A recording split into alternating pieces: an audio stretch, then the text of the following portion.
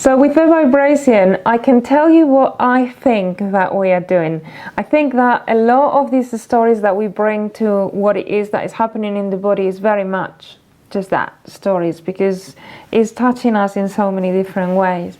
But the idea of the vibration is that we can, I think we're doing so many different things. So in terms of the SERI, the soften, expand, restore and integrate, I think with the vibration there is an aspect of softening, because it brings into, you know, like that quick, for example, when we were laying on our front, yeah, and we're rocking forwards and back, or when we're laying on our back and we're pinpointing this particular part of the upper thorax, that is the fulcrum that is on the ground with the bridging, and then we're rocking forwards and back into that place. We're finding that we're meeting our elastic barrier, and rather than with a more expansive movement like the ones where we are going there and they're really long and then we're there breathing, we are exploring the elastic barrier in a very different way. In this one, we're coming in and getting out, we're coming in and getting out.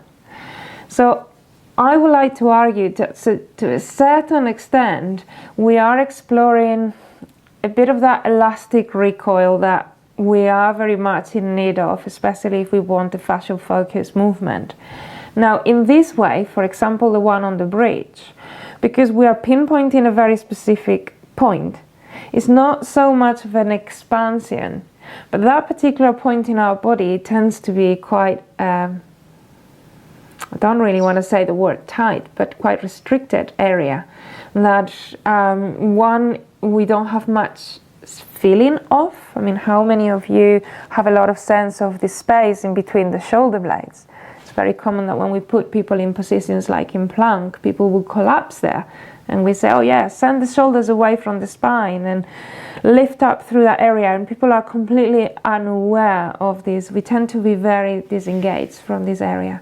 So I think that there is different things. One is, yes, you are meeting the elastic barrier, but through creating this kind of drumming, it's like tapping, it's like knocking on the door and waking up the nervous system. So you could say that you are expanding because you're meeting your elastic barrier.